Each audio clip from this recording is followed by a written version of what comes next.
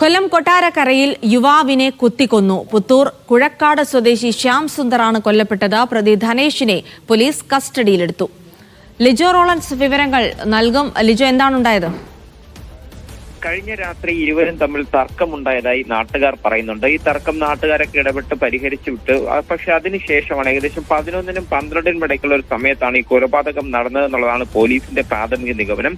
തേവലപ്പുരം കുഴക്കാടാണ് ഈ കൊല്ലപ്പെട്ട ശ്യാം സുന്ദർ താമസിക്കുന്നത്. അതേ നാട്ടുകാരൻ തന്നെയാണ് ധനേഷ്. ഇരുവരും തമ്മിൽ തർക്കമുണ്ടായി. അതിനുശേഷം രാത്രി 11 ശേഷം ശ്യാം സുന്ദറിന്റെ വീട്ടിലേക്ക് ധനേഷ് എത്തി കൊലപ്പെടുത്തി എന്നുള്ളതാണ് വിവരം. ഈ കൊലപ്പെടുത്തിയതിനു ശേഷം ധനേഷ് അവിടെ നിന്ന് മാറിയതോടുകൂടെ നാട്ടുകാരെയൊക്കെ തന്നെ ശ്യാം സുന്ദർ വിവരം അറിയിച്ചു. പലരും എത്തി അന്വേഷിക്കുമ്പോഴേക്കും ജീവൻ നഷ്ടപ്പെട്ടിട്ടുണ്ടായിരുന്നു. എന്തായാലും ധനേഷിനെ പുത്തൂർ പോലീസ് കസ്റ്റഡിയിലെടുത്തിട്ടുണ്ട്. വിശദമായി കാര്യങ്ങൾ ചോദിച്ചറിയുകയും ചെയ്യുന്നുണ്ട്.